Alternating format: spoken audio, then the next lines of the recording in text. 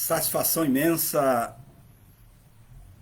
estarmos aqui outra vez, novamente, para mais um diálogo, mais um bate-papo oportuno sobre um tema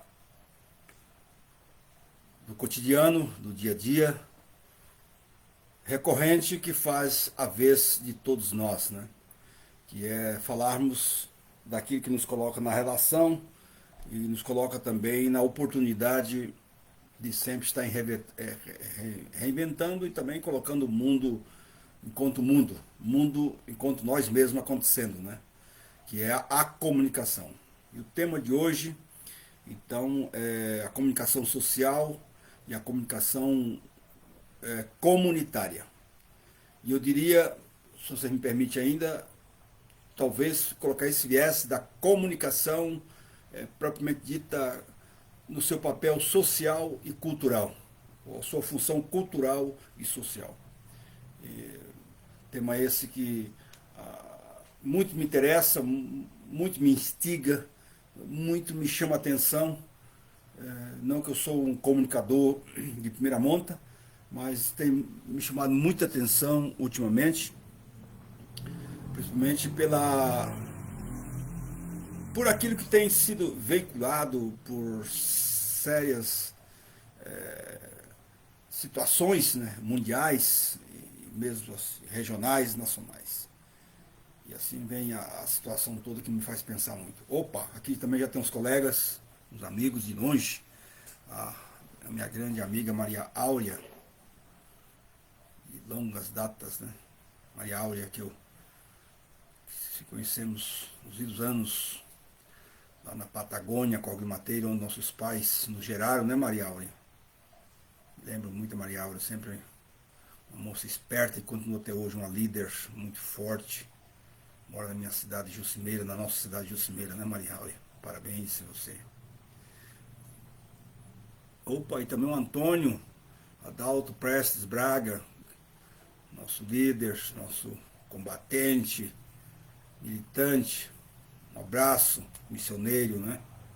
Pois é, meu irmão, estamos aí de novo aí, tentando fazer o agir comunicativo, né? Para não deixar o mundo que nós sonhamos e queremos virar trevas, né? É por aí. Então vamos juntos, me ajude aí. Viu, Maria Aura? Também aí, vamos lá. Então, como eu disse, então o papo de hoje à noite é um papo nessa linha, por esse viés. Que eu queria conversar um pouco nessa vertente, né? Tendo o social, o cultural, o comunitário e aqui entendendo o comunitário como ético, né? Como compromisso ético da comunicação. Né? Qual é o conteúdo que nós comunicamos. Não quero ser aqui também enfadonho, mas ao mesmo tempo enfático, né? No que se comunica, principalmente qual é o conteúdo da comunicação, ou seja, qual é a informação que é de fato veiculada, né? E aquilo que é passada enquanto verdade na comunicação que é dada, né? E assim por diante. Eu vou tentar navegar um pouquinho por aí, até porque eu estudei um pouco dessa situação quando fiz mestrado em filosofia da linguagem e do conhecimento, né? E assim por diante. Opa, Maria Divina, Maria Divina, professora Maria Divina, que alegria, professora Maria Divina, satisfação. Isso aqui me emociona muito, Maria Divina de Oliveira. Quem diria, hein, professora Maria Divina? Nós encontramos aqui nesse espaço. Por isso que eu te digo, o mundo, eu sempre digo, o mundo por mais controvérsias e pedras pelo meio do caminho que vão sucedendo, sempre entre as pedras há caminhos. Encontramos por aí, não é? Prazerão, prazer muito grande. Um abraço a todos aí, principalmente ao doutor Odilon, meu grande amigo, minha referência, né? E se ele tiver por aí, um abração a ele também. E se ele quiser entrar também para o debate, é sempre bem-vindo. Ele que é um comunicador da justiça e um comunicador principalmente da ética participativa, né? Porque ele faz o direito pela justiça. E a você, professor Maria Divina, que sempre primou pelas letras. Um grande abraço. Fiquei emocionado, mas vamos lá, são pessoas que me marcaram muito, eu diria assim, a minha espinha dorsal do ponto de vista espiritual e também cognitivo intelectual. Né? Então, só pelo fato de vocês estarem aí já me dá, como é que diz, base de sustentação e ânimo para continuar a minha pretensão que eu tenho aqui hoje à noite. Fazer o que eu quero fazer. Então vamos lá então. Então, meus amigos e minhas amigas, quando falamos de pensar uma situação como essa, o papel da comunicação social, comunitária, e eu estou dizendo aqui que tem que acrescentar também essa questão cultural e assim por diante, eu acho que temos que partir de uma pergunta salutar. E a pergunta salutar aqui, eu diria que é uma pergunta bem inicial mesmo. Né? Qual é o interesse? Qual o interesse principal para desenvolver uma questão ou uma reflexão dessa natureza? Qual é o interesse? O que, que leva, de fato, a encarar uma situação como essa? Qual é mesmo? Qual é o motivo forte, né, de fazer uma reflexão dessa natureza? Quer dizer, o meu interesse aqui particular por essa questão vem de uma reflexão já há algum tempo, mas de uma reflexão, eu disse, um pouco apressada, né? Que tenho feito sobre os meios de comunicação. Sobre os meios de comunicação. Eu tenho feito apressada, porque não vou dizer que é demorada e apurada, mas apressada. Até sobre aquilo que a gente podia chamar hoje, sobre os meios de comunicação, propriamente dito, sobre a midiologia. A midiologia. Quer dizer, que em certo sentido é as grandes responsáveis, em grande parte, vamos chamar assim, né, pela morte das utopias. Vou colocar aqui entre aspas, por enquanto. Né? Como eu chamaria assim, no meio disso, como criar, né, utopia possível com um imaginário voltado para a atualidade, não é? E para o futuro da comunicação. Se a própria ideologia, em certo sentido, elas vão ceifando uma utopia possível. Né? Quer dizer, e como pensar uma utopia, então, via comunicação, se a própria ideologia, em certo sentido, ela é uma antropofagia da própria utopia da comunicação. Entende? Quando eu vejo aí o Jornal do Sangue, por exemplo, e assim por diante. Né? E aí eu diria o seguinte, querer preencher a vida, inflando o presente com palavras altissonantes, né? Querer preencher o presente com palavras, com conceitos, com categorias altissonantes, é comprometer literalmente o futuro como horizontes abertos, né? E eu diria assim, para novas possibilidades comunicativas. É fazer esse crime, eu chamaria aqui, já de cara. A comunicação vital, eu peguei aqui uma coisa que eu sempre gosto de anotar para não ficar falando loucuras, né? A comunicação vital, aqui que eu chamaria aqui, se faz com oportunidades, né, e possibilidades. A comunicação vital se faz realmente com oportunidades e também com possibilidades. Não se faz fora disso, com todas as necessidades. Então, por isso, a política da comunicação tem que ser a palavra de ordem. A política da comunicação tem que ser a palavra de ordem para se ter, na verdade, o quê? Uma vida coletiva boa. Para você ter uma vida coletiva boa, de qualidade. Como já dizia o filósofo Aristóteles. Por isso, falar, ouvir, são constantes antropológicas que o ser humano pode ainda agarrar como resgate, não é, da comunicação humana. Falar e ouvir ainda são constantes, são alças culturais, sociais, que o ser humano ainda pode alçar mão, né, para assegurar, para, como é que diz assim, para se ter assim, como é que diz, o campo para se constituir enquanto ser social para armar a sua sociabilidade. Quando, de fato, essa mediação ela for totalmente corroída, não ficar só no meio de um barulho, no meio de uma perturbação, onde não tem mais nenhuma referência, nenhum signo, nenhum significante, aí sim nós estamos numa loucura e numa demência social total. Disso eu tenho muitas vezes medo. E aqui já vou adiantar logo. É aquela música de um, como é que diz, de um tom só e aquela música de um, como é que diz, de um ritmo só. Que já tem alguns bons sinais por aí. Por aí. Que daqui a pouco eu quero chegar no que eu estou falando. Né? Muito bem. Então vamos ver se tem mais algum companheiro. Opa, tem mais alguns colegas nos acompanhando aqui. Ah, Lucilene Aparecida. Boa noite, Luciene. Tudo bem? Muito bem, muito bom ter sua companhia. Opa, Linda Preto. Que bom, Linda. Muito bom. Prazer te ter aqui também. Muito prazer. Linda lá do Passo Fundo. Grande amiga. Também eu esqueci de anunciar também a professora Divina, também lá de Campo Grande. Também aqui temos também, opa, o Telmo Esfalsim. Rio Grande do Sul, grande filósofo, de anos livres lá de Passo Fundo. Se não me engano, ele está morando em Catuípe, Rio Grande do Sul, né, Telmo? Muita gente fina. Muito obrigado. Ele me chama de Mato Grossense, sou Mato Grossense sim. Só que agora eu moro em Goiás, moro aqui agora em Caldas Novas, Goiás. Muito obrigado pelo acompanhamento aí, tá?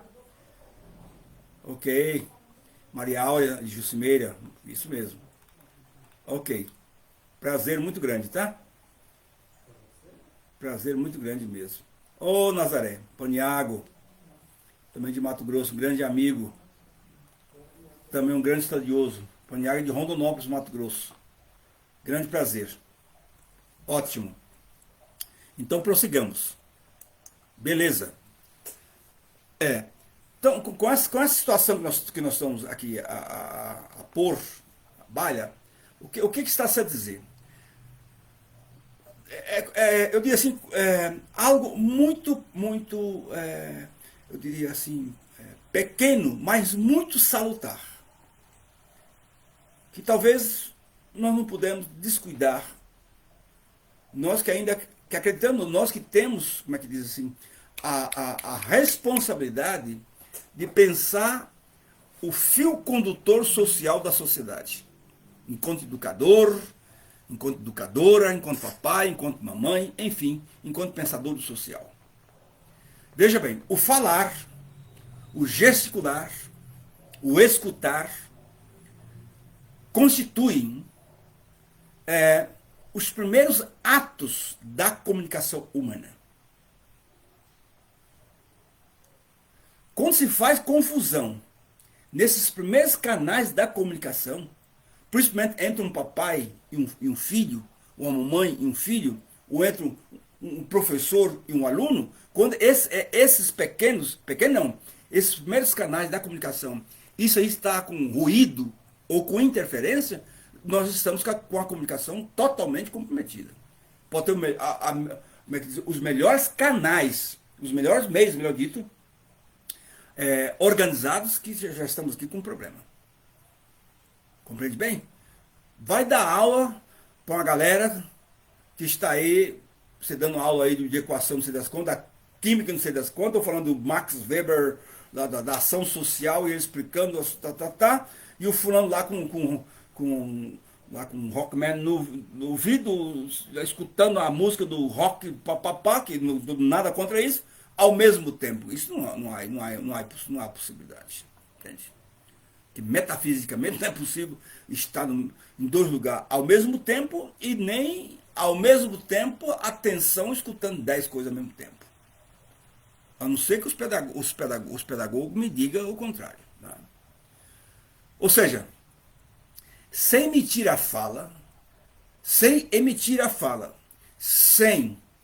decodificar o som, decodificar significa entender, quer dizer, saber o que está sendo dito, o som, sem decifrar o gesto que está sendo, como é que diz, comunicado, e sem ler o signo, não acontece comunicação e muito menos entendimento entre os comunicadores. É simples assim. Claro que talvez aqui eu estou dizendo o óbvio, claro, ululante. Mas as maiores, eu vou chamar assim, grenguenas do ponto de vista comunicativo entre nós hoje está exatamente nisso. Infelizmente. E isso que já falamos, que além da sociedade do conhecimento, já se fala que nós estamos na sociedade da cibernética e da comunicação de ponta. E nós estamos trombando nas coisas elementares.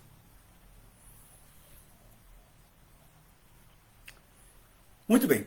Então, junto com isso, eu estou seguindo aqui um roteirito, para não, como já disse, para não ficar fazendo muito devorteio.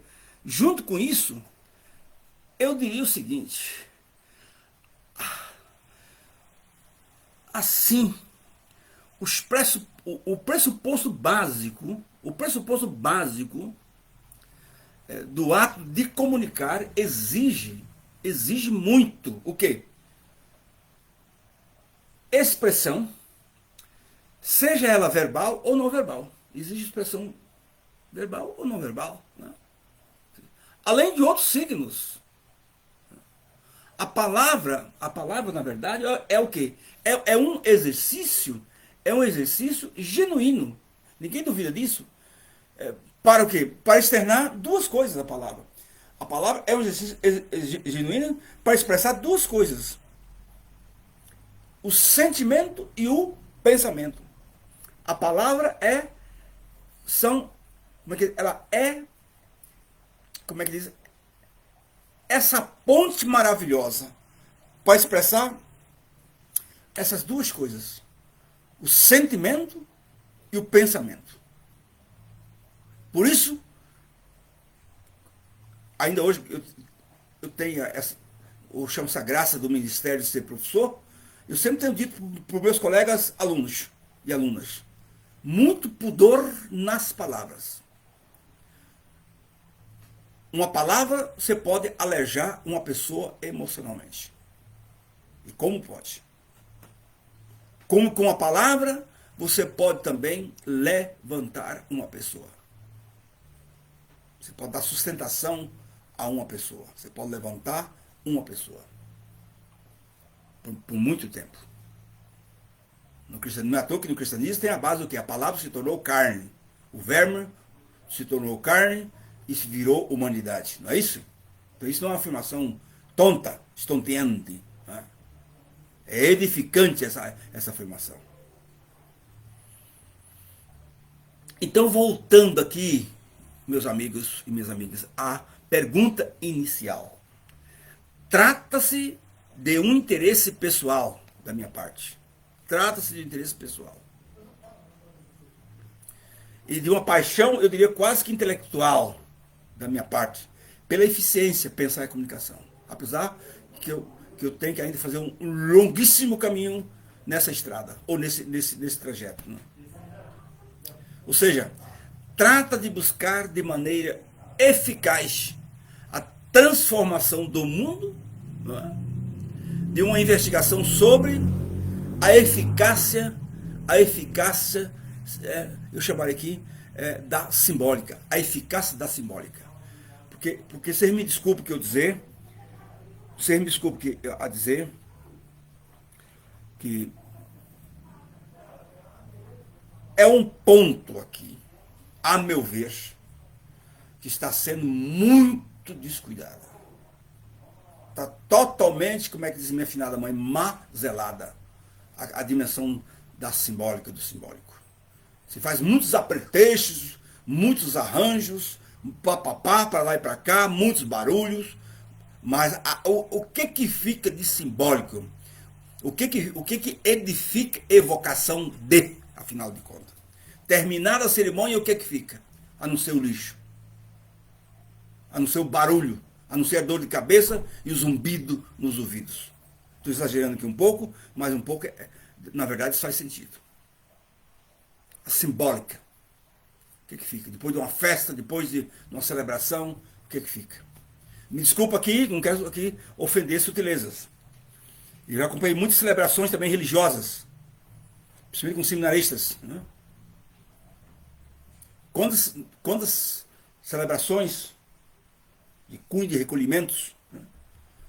Terminaram a celebração, todos os rituais, com todo o rito, com todo o símbolo, terminaram a celebração, muitos fulanos saíam assoviando, nada contra isso, mas saía assoviando uma música que não tinha nada a ver com aquilo que foi o preparado, o recolhido.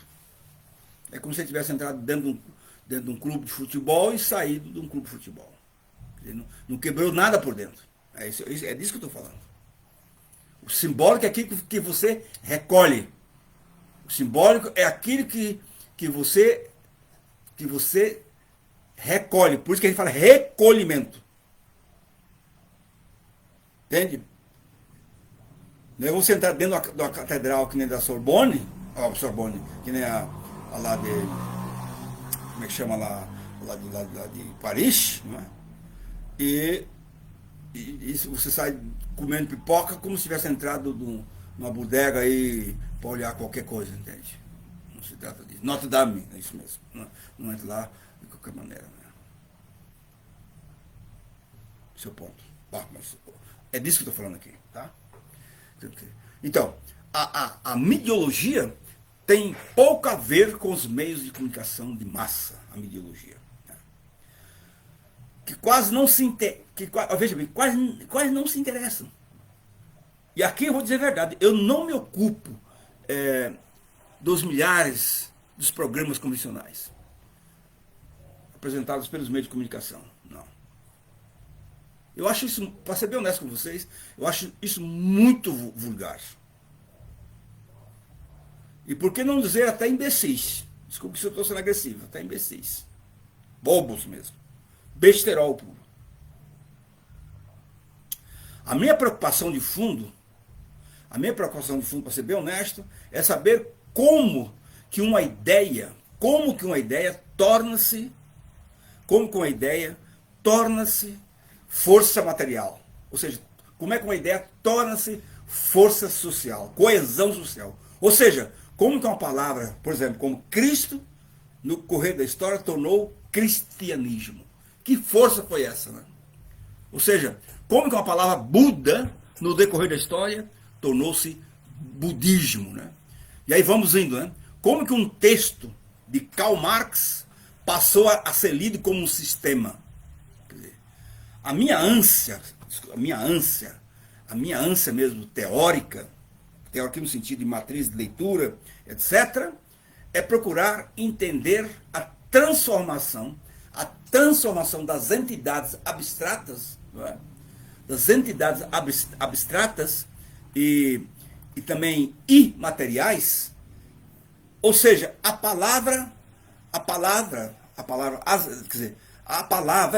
as ideias, as imagens e as forças intelectuais, todos os silogismos, em geral, como é que isso vai se tornando organização social na ponta, né?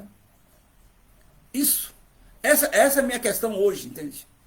Aí você fala assim, mas esse André ficou doido. Não estou ficando doido. A minha pergunta, qual é o modelo hoje, qual é o paradigma hoje que está sendo pensado idealmente para amanhã virar sociedade ou virar modelo de organização humana? Esse é o problema, porque se não tem isso hoje, o que será o amanhã? Porque o que é hoje está tudo corcomido. Ou vamos deixar, por exemplo, as nossas mídias aí com essas veiculação, principalmente agora na atualidade. É isso que vai ser o nosso modelo de sociedade do amanhã? É isso aí que vai desenhar a educação de nossas crianças amanhã?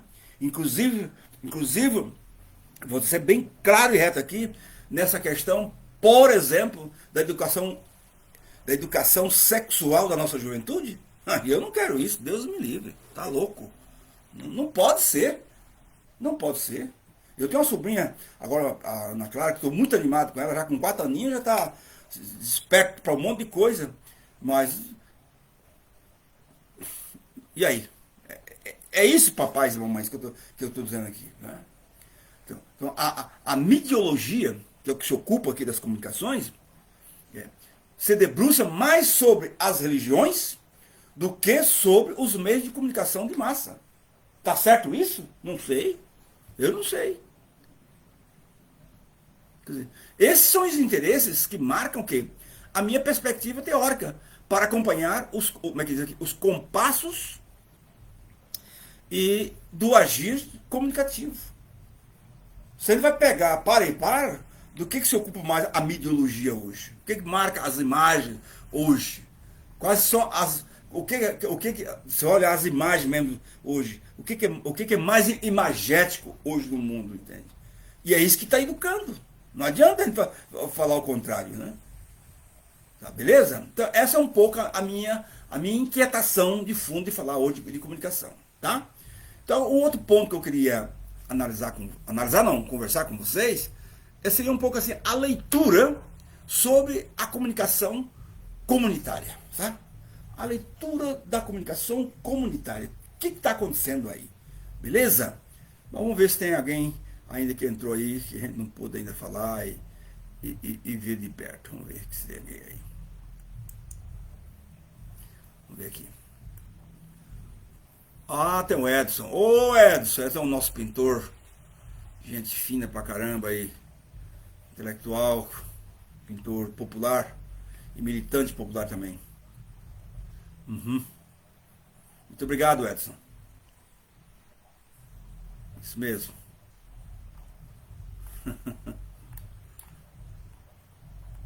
Ótimo. Beleza. Olídia, lá do Paraná. Muito obrigado, Olídia. Uhum, muito obrigado. Lá do Verê, Paraná. O Edson é daqui de Goiás, Caldas Novas. Sempre um baita companheiro aí que tá aí firme na batuta. Uhum. Beleza. Bom, então, veja bem. Então, sobre essa questão aí, que nós estamos falando aí da leitura da comunicação comunitária. O agir, propriamente dito, comunitário, para atingir sua meta, ou suas metas, que nós estamos falando, né? Já várias vezes falando disso, deve sempre o quê? Desembocar numa ação de companheirismo, interativa, né? De trocas de falas ou de muitos gestos. De muitos gestos. Ou seja, a comunicação, para ser legítima, o que é isso, legítima? Para ser realmente promotora da vida, quer dizer, emancipadora, né? Não pode ser de uma mão única. Ela não pode ser monolítica, como a gente fala, né? Onde só haja emissor, né? Sem receptor. O falar do emissor, só daqui produzido aqui para lá, não é? Não pode encobrir, na verdade, não pode encobrir ou desconsiderar, na verdade, o quê? A audição do receptor. Entre, na verdade, os falantes, há dois elementos fundamentais na comunicação, ou nas comunicações. Que é o quê? Fantástico isso aqui. Óbvio, na verdade, né? Que é o momento da fala, né? O momento da fala, a emissão do verbo e o momento do silêncio. Isto é, né? Isto é. Veja aqui, o que é falado, o escuta, né? A escuta recreativa do verbalizado pelo parceiro da fala. Isso aqui é uma coisa tão difícil. Eu estou falando que você parece que eu estou falando que o óbvio, mas isso aqui está sendo como é que diz, o cavalo de batalha ultimamente. Quer experimentar isso? Vai numa assembleia. Senta numa roda de assembleia por aí para conversar um assunto mais ou menos disputado. Muito complicado. Pedir o tal do silêncio recreativo. Sem mandar calar a boca, evidentemente. Sem usar a chibata, evidentemente. É impressionante. O burburinho, etc. Coisa impressionante, gente. É coisa impressionante. E não é na sala de criança, não. É sala de adultos. Não vamos longe. Vamos começar pelos nossos homens seletos do Congresso Nacional. E diz que lá não, é lá articulação. Articulação, Santo Antônio. Assim, o consenso, veja bem, assim o consenso interativo entre falantes segue um ritual, né? Segue um ritual, como estou falando aqui, e um itinerário. A palavra, da palavra, a adição, a escuta. Ouvir não significa assunto encerrado, evidentemente, né? O vazio de palavras, mas a ruminação do falado e do escutado. Ouvir significa a ruminação do falado e do escutado. Então, veja bem, então a escuta verdadeira, que a gente fala escuta com educação, acontece quando ainda há muito a ser falado, mas que é necessário calar, fechar a boca, como a gente fala, né, para ouvir. Aí está vendo, aí está acontecendo verdadeira comunicação. Então, na comunicação comunitária, que a gente tem a tendência a falar que comunicação comunitária é comunicação rebaixada, né? Que não é comunicação ilustrada, que não é comunicação, como é que diz, gramaticada. Opa lá, cuidado, hein? Cuidado com essa história aí, não tem nada a ver com isso. A comunicação comunitária é aonde se respeita a regra comunicativa. Ponto final. É aqui que está acontecendo o verdadeiro respeito do agir comunicativo, onde acontece o respeito ético de quem fala e de quem escuta. Ponto. É isso aqui. Entendeu? Ou seja, então com isso aqui, ó, na comunicação comunitária, as pessoas estabelecem relações entre si, que podem fornecer um critério de validade ética para a distinção, ó, de dois tipos de comunicação que constituem a vida concreta das pessoas, na verdade, na história e também na interação entre sujeito e sujeito, entre pessoa a pessoa, pela praxis do lidar humano na história. Ponto final. Uma comunicação, veja bem, uma comunicação orientada somente para a eficácia, para o fim, é o que acontece, é o que se chama de instrumentalidade, é a violência.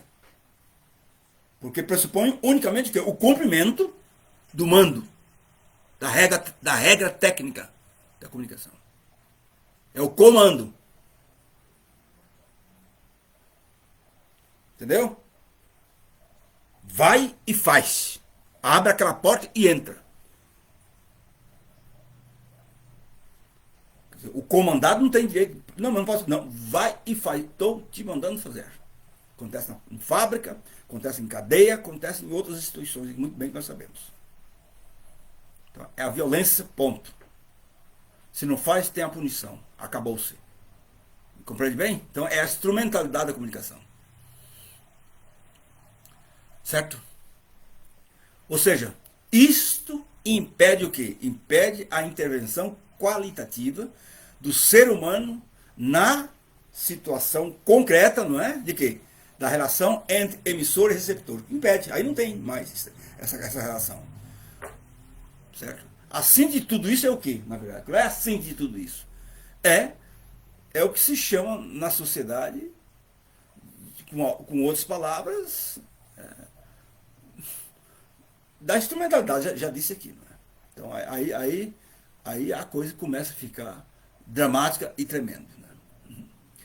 Agora, o que é importante a gente observar é que no meio de tudo isso aqui, muitas vezes essa comunicação ela está acontecendo, não é muitas vezes por boca a boca, ou por indicação do dedo. Vai. Está entendendo uma sutileza que fantástico aqui, porque antes abre a porta, estava escrito abre a porta, ou fecha a porta, estava escrito com a caneta fecha a porta, ou pare de fumar, ou não fume. Ok, nós estamos na era ainda da grafosfera, não é isso? Mas gradativamente, de uns 100 anos para cá, ou menos, nós estamos entrando na videosferas. É um outro lance. Agora não tem mais a escrita com palavras, mas agora é a escrita da imagem. Então nós estamos entrando agora na videosfera. Até o analfabeto da letra agora entende, sabe ler o mundo. Veja bem, não é mais letra, mas é imagem. Fantástico, é? Então veja, a irrupção da videosfera, que é a irrupção da imagem, o que acontece aí? Ocupa o lugar da imagem, quer dizer, do virtual. E da sedução equivale ao quê? A morte da escrita? Sim e não. O rádio está tornando obsoleto? Mais ou menos. Sim e não. E aí vem um negócio, gente. O rádio está tornando algo interessante, sim e não. Agora vem uma coisa aqui. A videosfera corresponde o fim da grande narrativa míticas da modernidade. Porque o rádio, tempo atrás, ele culpava todo o quê? Uma composição de agrupamento de imaginário. Eu lembro, quando eu morava no sítio, na fazenda com meu pai foi um dos primeiros a ter rádio. O que era o rádio do meu pai? Era um lugar de ajuntar pessoas, agrupar pessoas para ouvir programas sertanejos de rádio. E era também, hoje eu me lembro, e era com muita sutileza um lugar também de controle de poder. Que meu pai ligava o rádio em um certo tom, e eu lembro que alguns peões, coitados, iam lá, eles se amontoavam para escutar o rádio ou o jogo, sei lá o que eles fariam lá, e assim por diante. Vocês imaginam o que era isso? Não é muito tempo atrás não, hein? 70, começo dos anos 80, era isso a questão. Certo? Então a videosfera é um reino do instante. Antes era algo assim que era o reino do instante. Como é que é possível lá de São Paulo escutar o jogo do Corinthians ou do Santos e assim por diante, né? Era um progresso total. Então ficava assim. Mas logo o que aconteceu? Veio uma caixinha quadrada, pá, a imagem. Começa a se ver jogar ao vivo. Começa a se ver não só mais a fala, mas começa a se ver a imagem. E essa imagem provocou toda uma mudança na cabeça e na concepção de mundo. E aí muda tudo. Então, veja bem, então a midiologia leva a sério o quê? A tecnologia e atua como uma filosofia aplicada à técnica. É isso que eu queria chegar. Então, a midiologia, daria para dizer que hoje ela é uma espécie de uma materialidade do espírito ou do espiritual, à sua maneira, não é? Como é que diz? Que tem dificuldade, vamos chamar assim, para discutir ideias, pois procura, não é? Discernir os dispositivos, não é? Materiais, de tal modo que não consegue explicar o que ela mesmo está pondo aí na praça, entende? Porque o grande problema é esse, colegas, que é a minha questão minha aqui, eu acho que é mais minha, né? Como é que faz esse salto, né?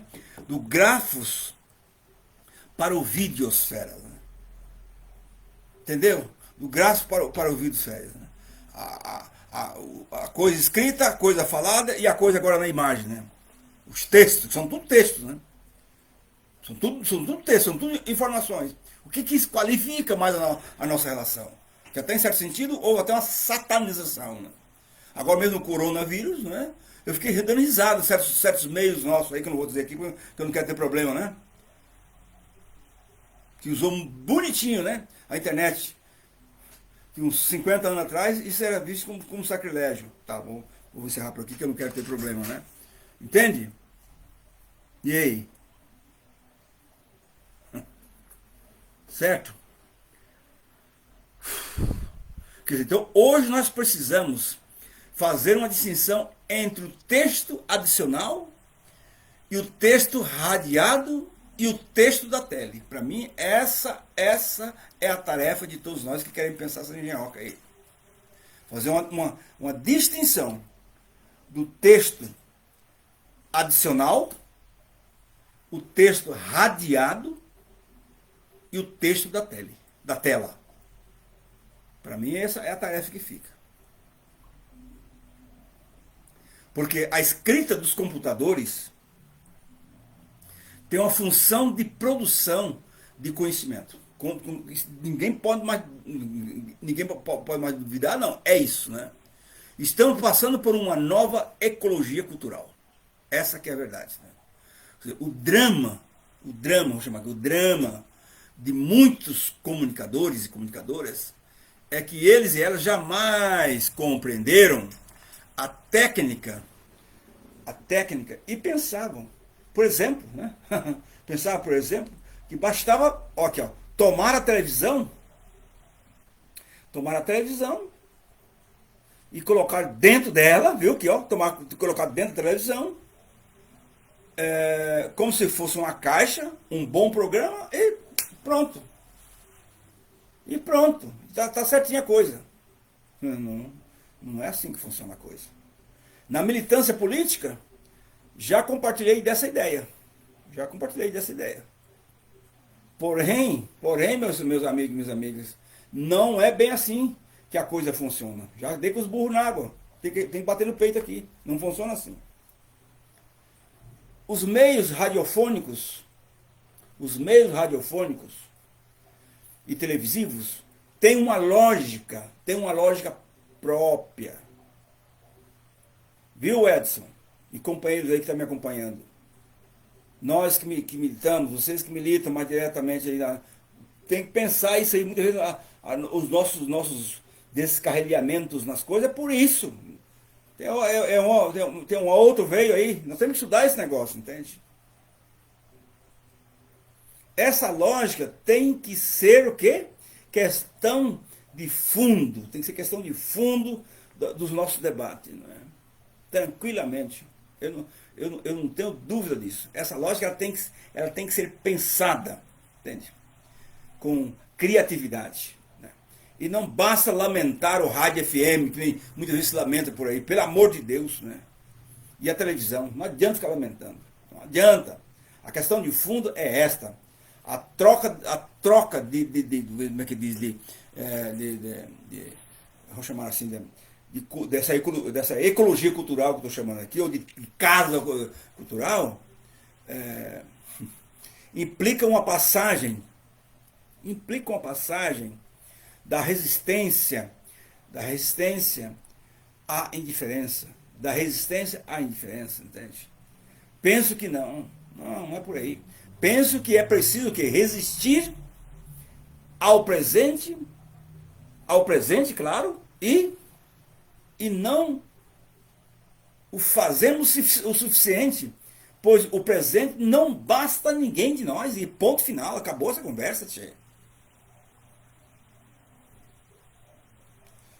Todavia, o importante aqui, ó, resistir de maneira inteligente.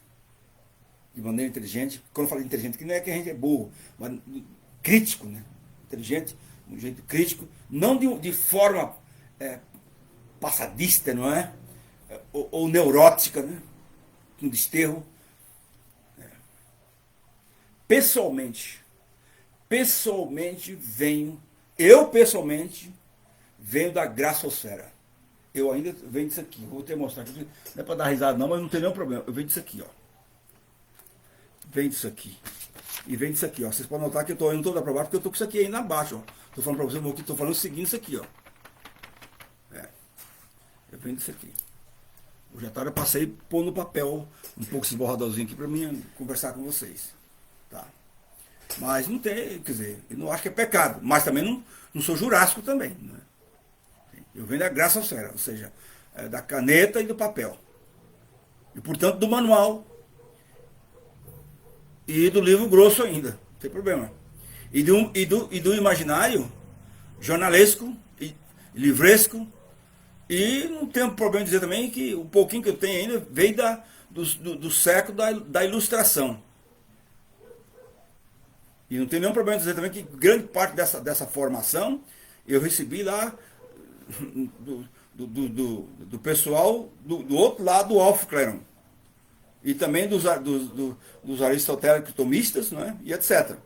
Que eram todos tipográficos e etc. Então, quando vejo o criador da palavra socialismo, Pierre Lorich, escrever isto, isto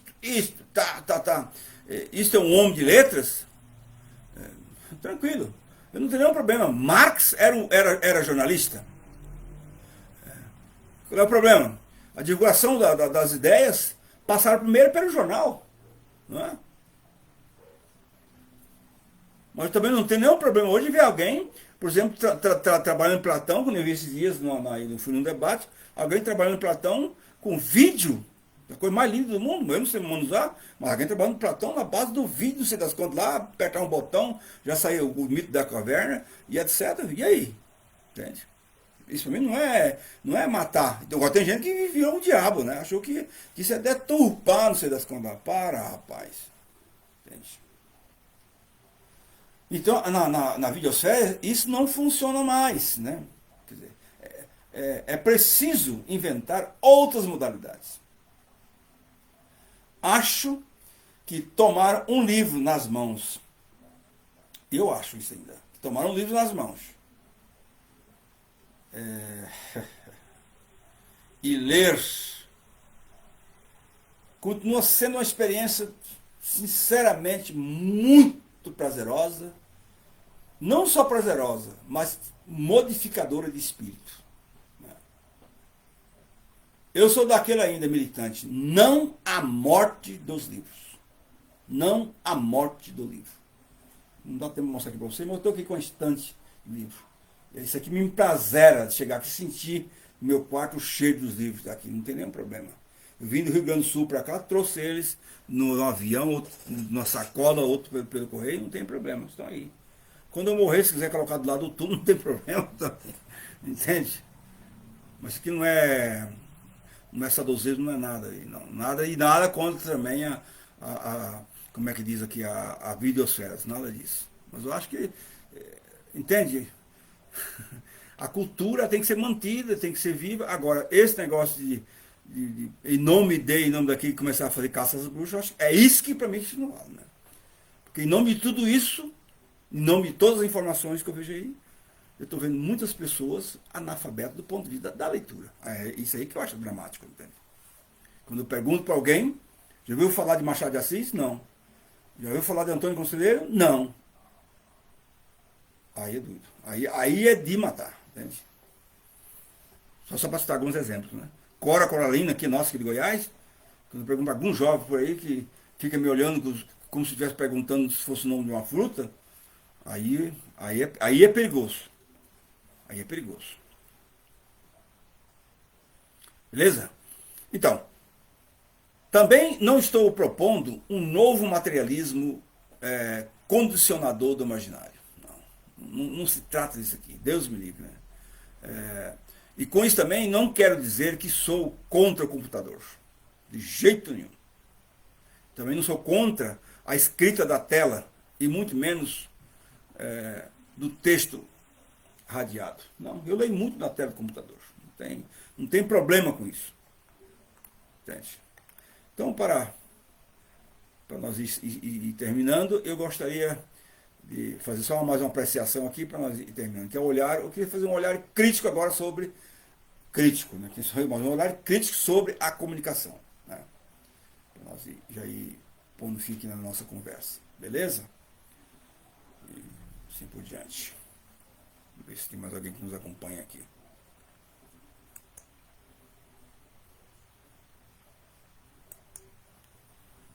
Opa, o Lídio está aqui. Maria Aparecida Fagundes. Muito bem, muito obrigado, Maria Aparecida. Ótimo. Muito obrigado. Ô, Vanderlei, professor Vanderlei. Muito obrigado, rapaz. Prazer grande ter tua companhia aí. Primeiro colega meu de filosofia. O Kleber, grande amigo, sempre me acompanhando, sempre com boas reflexões. Essência, fundamento ético e razão estão sendo, isso legado, perdidos no processo de comunicação. Mídia que eu diga. Quando menos sentido, melhor para não conduzir o homem ao conhecimento e à verdade. Movimento criminoso de destruição. Parabéns, Kleber. Kleber sempre pontuado. Muito obrigado. Obrigado, Aparecida. Obrigado, Kleber. Muito bom ter a companhia de vocês aí. Ótimo, como sempre.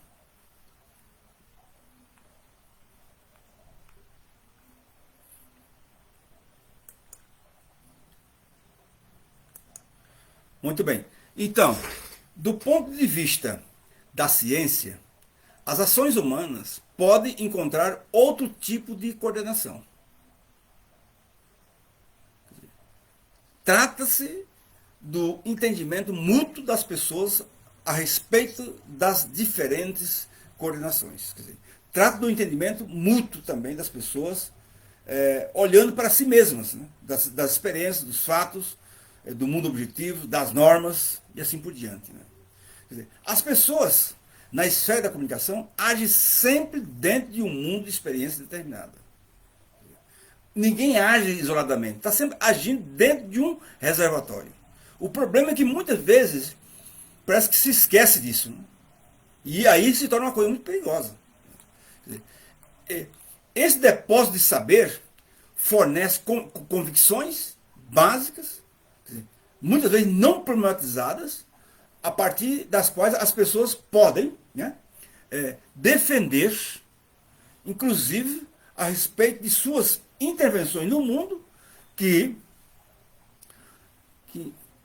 podem entender, inclusive, a respeito de suas intervenções no mundo, sempre supõe uma leitura prévia da realidade. Veja bem, e nesse sentido, é que entra aqui um jogo do papel, que eu estou dizendo, do papel social dos meios de comunicação. Principalmente eu chamar aqui do rádio,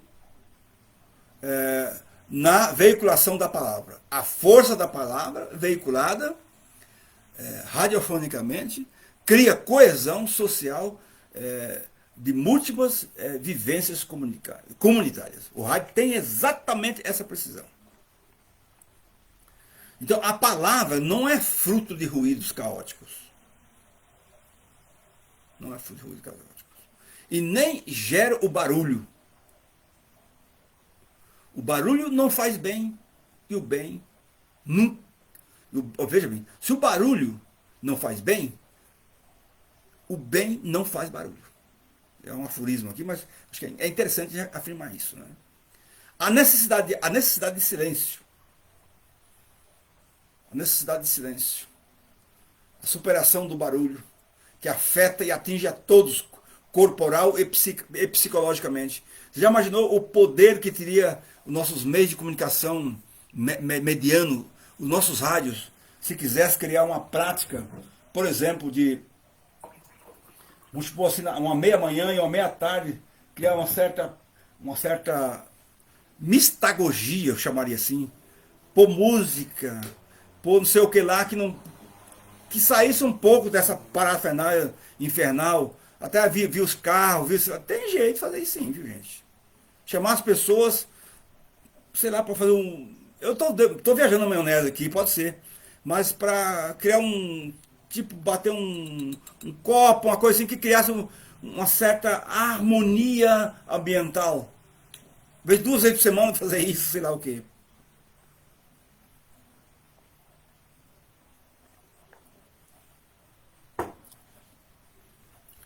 Porque eu morei um tempo numa cidade, não vou dizer qual cidade que eu quero propaganda, que havia momentos que era uma coisa assim, simplesmente, Deus me livre, tá doido. Então, vamos lá então. Então, nesse sentido, ó, no barulho propriamente dito, não se consegue falar. E muito menos escutar. Não basta a experiência de um rádio mal sintonizado ou de uma TV com chuviscos. Né? Não. É, na atualidade, olha, na atualidade, há uma procura frenética pelo silêncio. Né? Ou pelos espaços de silêncio. Né? Fugir do ruído e, e dos choques físicos. Né? E, Nossa Senhora. E é o que mais se procura no cotidiano. Eu aqui mesmo tenho experiência, já aqui tenho experiência de pessoas que me procuram, talvez nem para muitas falas. Se aqui eu não sei de algum lugar que possa passar uma tarde quieta com a família, ou sei lá o quê, mesmo namorados, que gostam de conversar com a namorada ou com o namorado, se em lugar mais reservados. Eu me preocupo muito. O que nós temos aqui para oferecer para as pessoas se aquietarem? Isso não é pouca coisa que eu estou dizendo aqui, não. É muita coisa que eu estou dizendo aqui. Um mundo desse tamanho que é, nós não temos lugar para as pessoas se aquietarem.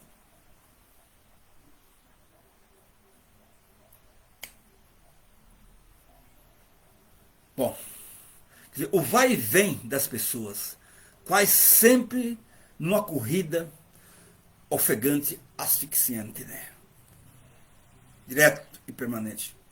É, para chegar à hora marcada, na hora marcada e ativar sempre, como é que diz, a sua agenda, para não ter atraso, para não ter, como é que diz, problema com o relógio e muitas vezes com o horário ponto e tudo que é treinado, né? Ou seja, faz a vida o quê? Faz a vida se desdobrar em duas dimensões como o motor, né? Como a máquina automatizada. A pessoa vira o quê? Velocidade e o quê? Faz a pessoa virar velocidade e aceleração.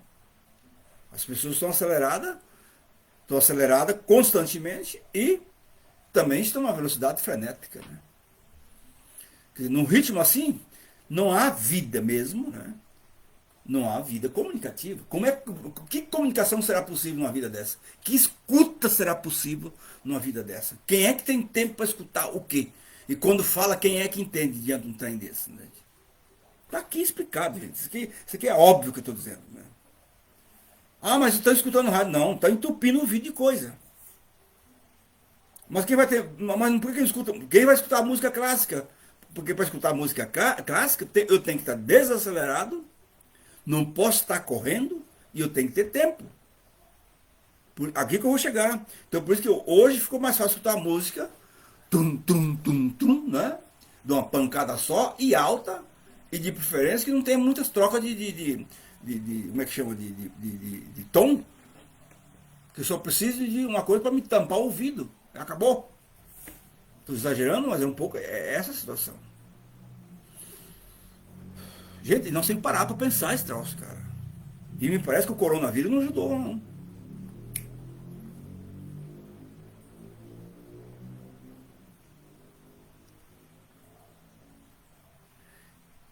Bom, então nessa velocidade, tudo fica, como é que diz? Rápido, tudo fica rápido demais, né? Tudo fica rápido demais, é, tudo fica fraco demais, tudo que fica efêmero, né? E passageiro. Efêmero e passageiro. O que se percebe não são pessoas o quê? Toda hora correndo para lá e para cá, e sem nenhuma Importância com nada, né? E sem tempo para receber e sentir, né? A ressonância é praticamente zero, né? De palavras. E quando ela, vamos chamar assim, e quando a pessoa é dirigida ou percebida ou contactada com a outra, mesmo via rádio, etc., o que acontece? Não há sintonia. Bom, então estou sendo assim um pouco exagerado, mas para dizer o seguinte, tudo virou ganhar, encurtar tempo. Ou seja, tudo virou ganhar, encurtar tempo. Então tudo agora se trata de, vamos chamar assim, encurtar tempo para ganhar tempo. Ou seja, o olhar efetivo agora é algo que não se faz, então porque agora fica mais fácil mandar uma internet, mandar um zap, mandar não sei o que, e etc. E a comunicação boca a boca e ouvido a ouvido, isso se abrevia de uma outra maneira. Por isso que quando você manda um recado para alguém manda um beijo codificado, ou um dedinho erguido, ou um, sei lá, um sinalzinho assim, você dá conta, e está tudo certo, muito obrigado, já deu certo o negócio. Vamos embora. Entende? Eu particularmente não gosto desse troço. Bom lá. Então, terminando. Quer dizer, toda ação humana, brota de um saber que vai sendo elaborado e transmitido de pessoa a pessoa. Nós já dissemos isso, né? Não é possível o entendimento sem a partilha comum de uma subjetividade comunitária. Óbvio. Não é possível. Não é possível. O que é reservatório cultural que torna possível a integração ou interação social, geradora da identidade e também da alteridade. Né? O que torna isso? A sociabilidade humana. Né? Quer dizer, na verdade, a coordenação das ações sujeitos-sujeitos, que gradativamente que pode acontecer através de quê? De muitas questões que vão como é que, fazendo o tecido social. E são muitas, né? Muitas mesmo. Que nós vamos aprendendo no decorrer de nossa vida. Né? Que aí vai nos pondo, eu digo, quase que nesse tecido permanente. Mas o que eu queria chamar a atenção aqui é o seguinte. Qual é que é o nosso reservatório de saberes? Ou de saberes? Em que nós lançamos mãos para de vez em quando nós dizer, bom, nesse balaio eu posso lançar mão para mim realmente me garantir. Que acúmulo eu tenho enquanto horizonte, a partir do qual eles podem, como é que diz assim, me ajudar na interpretação da realidade. Que é o reservatório de saberes. Né? Esse é o ponto. O que foi sobrando para mim, vamos chamar assim? O que foi deixado, o que eu fui construindo ao longo da minha vida, né? E assim por diante. Né? Bom, então assim, colegas, eu diria o seguinte, que a comunicação autêntica, a verdadeira comunicação autêntica, ela exige silêncio como escuta, exige paciência, pedagógica, afetiva e histórica. O perigo, na verdade, é que vivemos numa sociedade que prima pela tacografia, peguei isso de Platão. O que significa isso? A velocidade e a aceleração da vida. Tudo. Tem que comer rápido, tem que fazer conta bancária rápido, tem que levantar rápido, fazer sexo rápido, tudo rápido. Nesse tipo de cultura não há espaço para amizade, olha bem, nem para o encontro comunitário.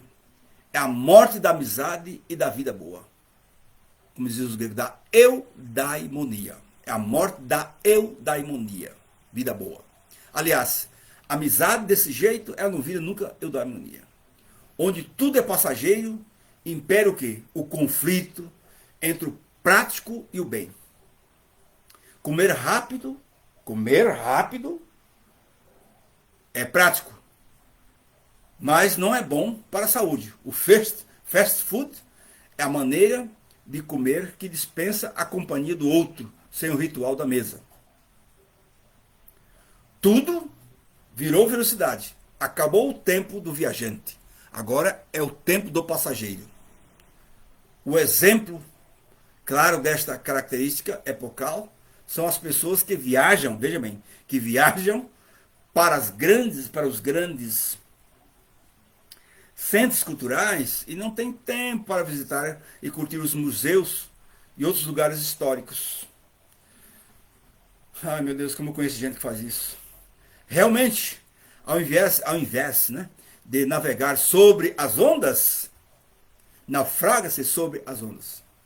Vale, então, dizer, a vida é muito curta para ser pequena. A vida é muito curta para ser pequena. Pense sobre isso. E aí vem aquele negócio, ai, se eu pudesse. Não tem errado, acabou. Se foi, meu amigo. É frente a esta problemática que entra a situação da instrumentalização da ética, que implica diretamente, sabe em quê? No mundo intersubjetivo. Segundo o meu entendimento, nosso entendimento, até aqui colocado, tem muito mais coisa, evidentemente, é uma temática, que eu diria assim, um pouco provocativa, quando confrontamos com a difícil e complexa situação que atravessa a época contemporânea que nós estamos vivendo. Quer dizer, tem ainda sentido, minha gente, radiar numa sociedade marcada pelo sofrimento, pela corrupção, pela injustiça, pela insegurança, pelo relativismo ético, como é o caso da nossa? Radiar significa brilhar, sonhar, etc. Deixa, é pergunta que eu formulei e deixa aqui. Não precisa ninguém estar tentando isso, só deixa aqui para nós pensar. Tem hora que eu penso também aqui, ó. A comunicação, não será que a comunicação não está na hora de pensar a comunicação e o apartheid social? O apartheid social provoca o quê? Um profundo abismo entre riqueza e o desperdício de poucos. A desgraça é essa, né? Quer dizer, se a gente vai olhar, contrastando com a miséria e a fome de muitos. Nós estamos olhando esses dias aí mesmo, né? Meu Deus, o mundo caindo nos pedaços, agora que esse inferno aí do coronavírus, e etc. E de repente a gente nota gente ainda roubando aí as coisas da respiração, e aí do outro lado olhamos ainda tonelada e tonelada de alimentos sendo jogados fora. Bom, isso é desclaro. É repugnante até comentar. O Brasil ocupava a oitava posição na economia mundial do mundo, cara. Ao mesmo tempo, os indicadores sociais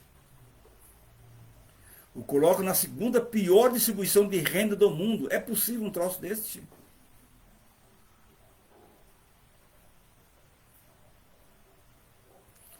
Esse grave desequilíbrio social denuncia o quê? O sistema que provoca e legitima o quê? Isso mesmo, e acabou a história. Quer dizer, vidas são sacrificadas no altar do mercado, provocando o quê? Um desequilíbrio, comprometendo a própria existência humana. Quer dizer, o sistema exila a ética enquanto referência da capacidade humana de ordenar as relações sociais a favor de uma vida digna. Isto é uma desgraça mesmo, viu? Porque aponta para um desvirtuamento moral e, consequentemente, a instrumentalização própria da ética e da vida humana, como eu já disse. Né? Então eu diria, a instrumentalização aliada ao individualismo solipsista e ao primado da razão, e assim vai, da qualquer entendimento humano. Então, colegas, eu fico um pouco indignado em dizer isso aqui, porque quando nós estamos falando como é que a gente chama aqui, de comunicação comunitária, comunicação social, e papapá, de repente a gente se depara com um trem desse aqui, eu fico pensando, o que a gente comunica afinal? Que informação é passada pelas nossas comunicações? Esse é o ponto, gente. O desequilíbrio ainda é maior quando vem à tona o quê? A crise de legitimação das próprias instituições históricas. Olha o que está acontecendo nesses dias aí, tchê. As leis que encontram, veja bem, que se encontram delimitadas em sua efetivação, ou efetividade, se é que para dizer assim, por causa do abismo, olha aqui, existente entre a base jurídica da ordem, vamos chamar assim, sociopolítica de um lado, não é? E a realidade social que não incorpora para o outro. De fato, o que vai valer mesmo? A lei enquanto garantia dos direitos, prenda da cidadania, ou o que vai valer nessa coisa então?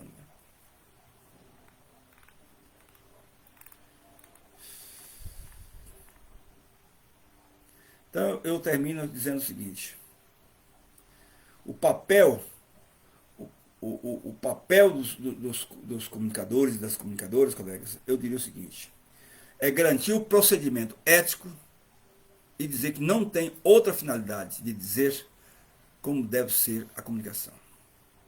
Então, assim, o procedimento ético não tem a finalidade de dizer como tem que ser a comunicação. No entanto, a comunicação não pode desenvolver sem a ética. Ponto. Pois ela passa transversalmente as dimensões sociopolíticas e culturais das relações sociais. Não é possível viver sem uma ética básica que não complete a comunicação de boca a boca. É nisso que eu acredito. Pois é a partir desta comunicação de sujeitos ativos que a razão adquire sustentabilidade ética.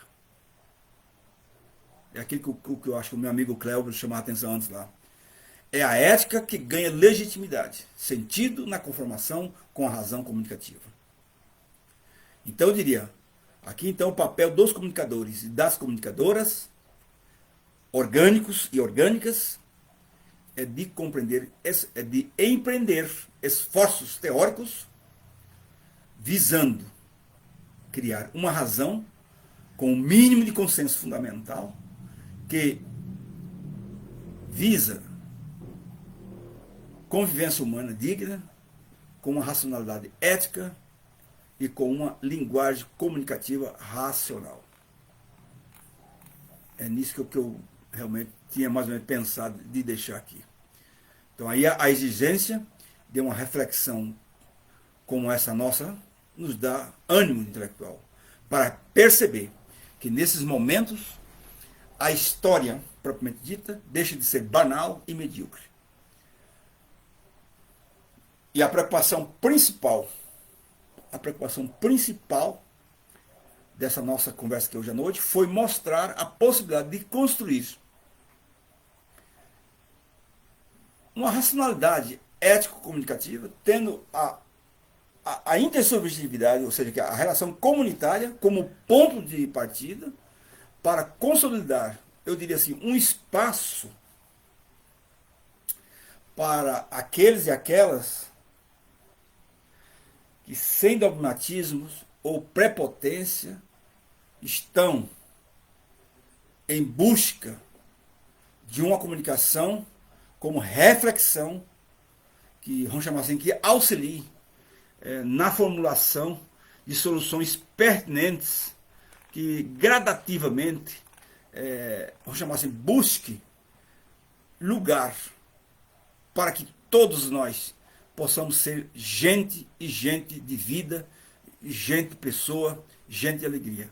E assim nós vamos logo perceber que a questão da comunicação exige um pensamento atento, ativo, crítico, em qualquer lugar que nós vivemos, frente a qualquer notícia que é veiculada, desde que esteja realmente respeitando o ser humano em qualquer parte que ele esteja. Eu agradeço a todos e a todas que nos acompanharam até aqui. E, igualmente agradeço aqui meus colegas que nos acompanhou, que nos acompanharam. Elisa, Elésia Espanhol também nos acompanhou. Ô Padre Alcalino, muito obrigado. companheirão aqui do Goiás, lutador, valente, sempre um crítico, batalhador. Muito obrigado, Cláudio Aquilino. É um dos companheirão que me acolheu aqui em Goiás, que está aqui firme, sempre com a sua batuta aí. Grande abraço, irmão. Também Iraci, militante. Muitíssimo obrigado a todos e todas que nos acompanharam aí nessa peleia aí. Vamos juntos.